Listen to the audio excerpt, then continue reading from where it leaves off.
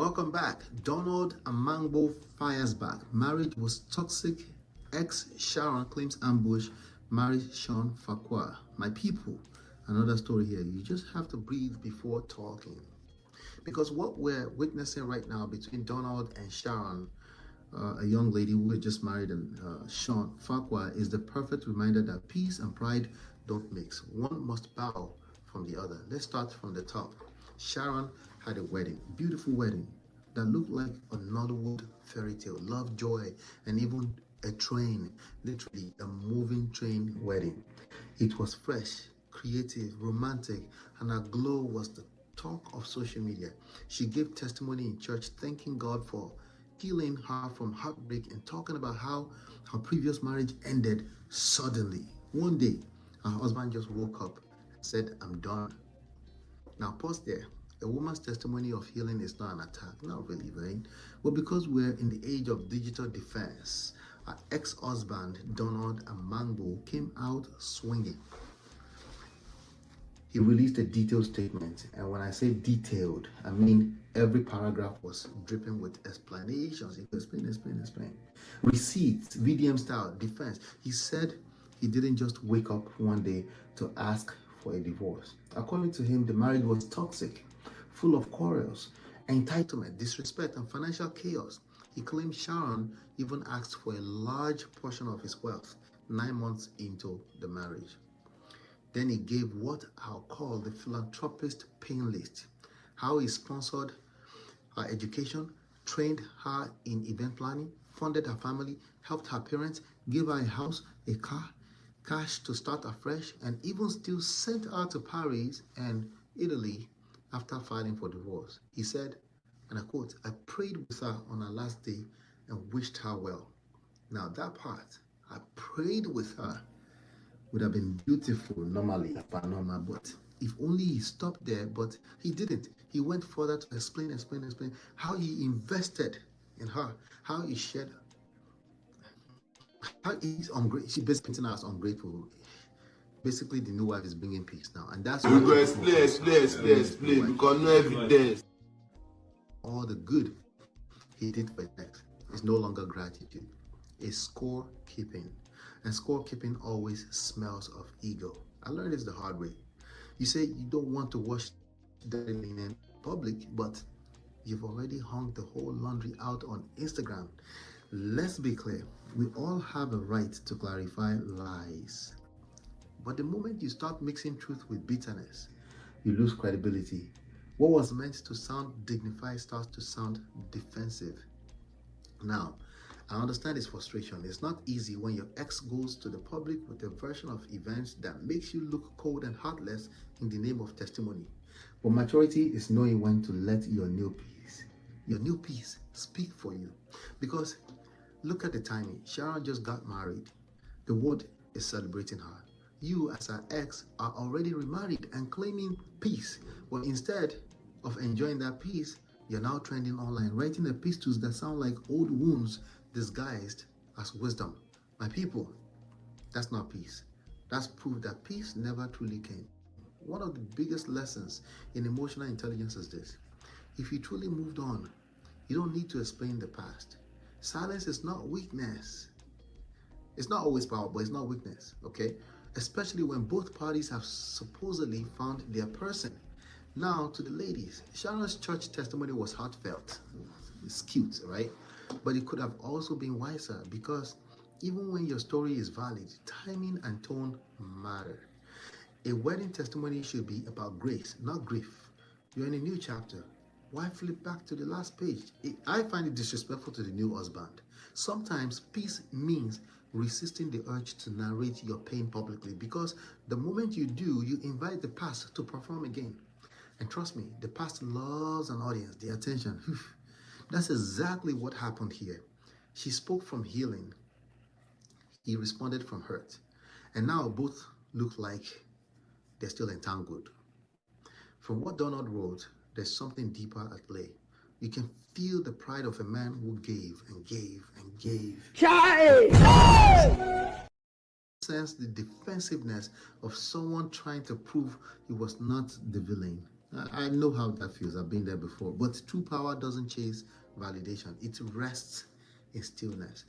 It's easier said than done. Now, let's talk about something that's often uncomfortable: power imbalance in relationships. When one person gives so much, financially, socially, emotionally, it can easily turn into control.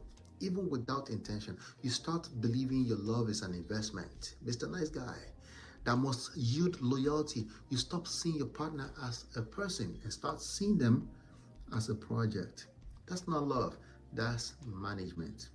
And when that person finally leaves, you don't mourn the love, you mourn the return on investment. Hmm. Donald's long statement felt like, definitely not like closure, but a man tallying emotional debts. Every I did this for her reads like an invoice. But you can't love people and then demand payment in gratitude. I know how that feels. I know it feels unfair, but you can't. Now, for Sharon, be fair.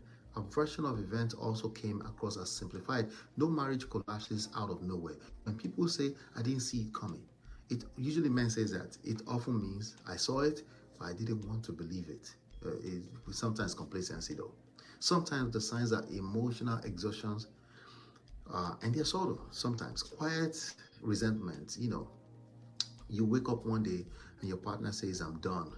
But truthfully, they've been emotionally done for months, sometimes for years.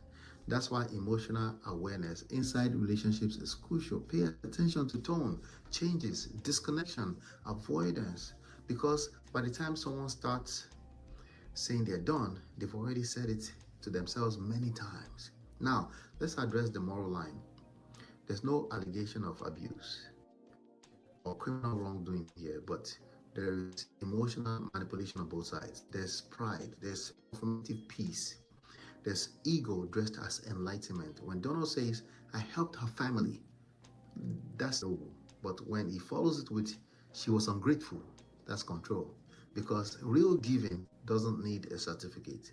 And when Sharon says, he left me without warning, that's her truth. But maybe what she didn't see was that he had been signaling his exit emotionally for a long time. This is why emotional foresight is important, because when a relationship starts to decay, love alone is usually not enough. Awareness, humility, accountability must show up to it. Or that's all part of love, by the way. Now, you see this whole saga, there's another layer to it.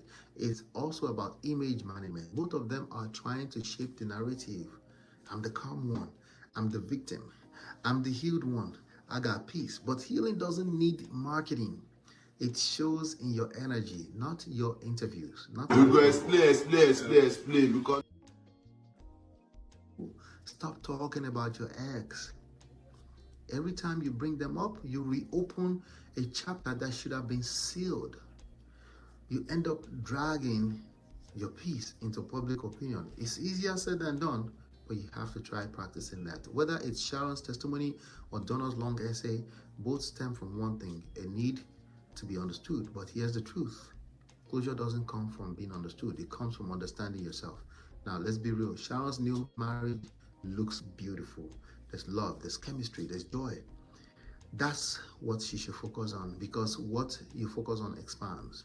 If you keep revisiting old wounds, you bleed into your blessings. And Donald, he should focus on his new family. You say you found peace, so protect it. Don't defend it online. Maybe this isn't just a story about two exes still reacting to each other from afar.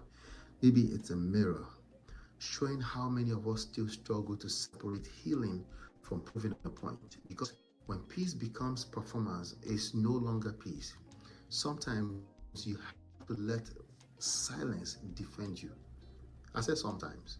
Not because you're weak, but because true power never argues. It simply moves forward. So whether you're Sharon celebrating new beginnings or Donald explaining old wounds, remember, when the truth finally settles, it doesn't need your voice anymore. It speaks for itself. So let me ask you, Prestige family, when people share their story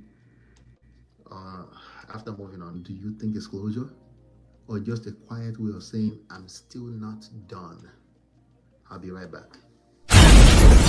This is Ola, man of Prestige, your favorite relationship and marriage coach. If you enjoyed this, smash that like, subscribe, and share it with someone who needs it. Be a part of the Prestige family. My wife Lola and I have written 2 powerful books, Get My Marriage Back and Number One Red Flag, yours free at manofprestige.com. For personal coaching, send me a WhatsApp request for consultation to +1 732 305 8577. Stay tuned for more. Your journey to love and prestige starts here.